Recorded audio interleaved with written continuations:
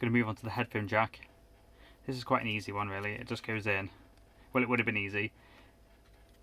It kind of goes in, but then it gets stopped because it has some indentation marks, some little thing. You see the little stubs of the plastic, so we kind of just got to cut them off.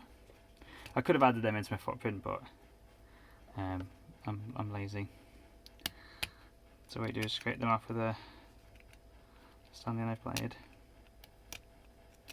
It was cut to your chum, not to your thumb. And there we go, they're all off, and now it should sit flush. And it does, lovely. What we'll do is, like before, we'll just chop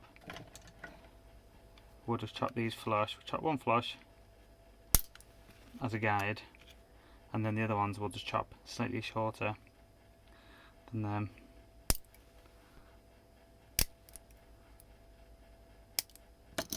Just try it through, see if it will.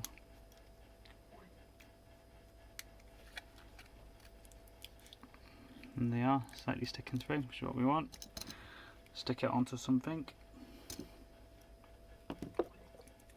We'll just use this leg. Yeah.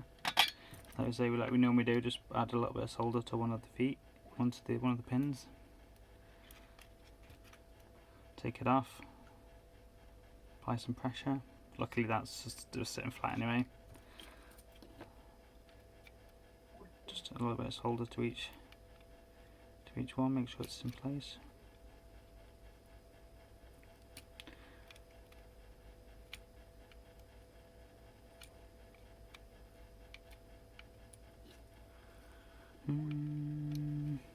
There we go. That's lovely in place. There is a little bit of modification we need to do to the case, but obviously we'll do that when we get to that bridge when we cross there. Lovely.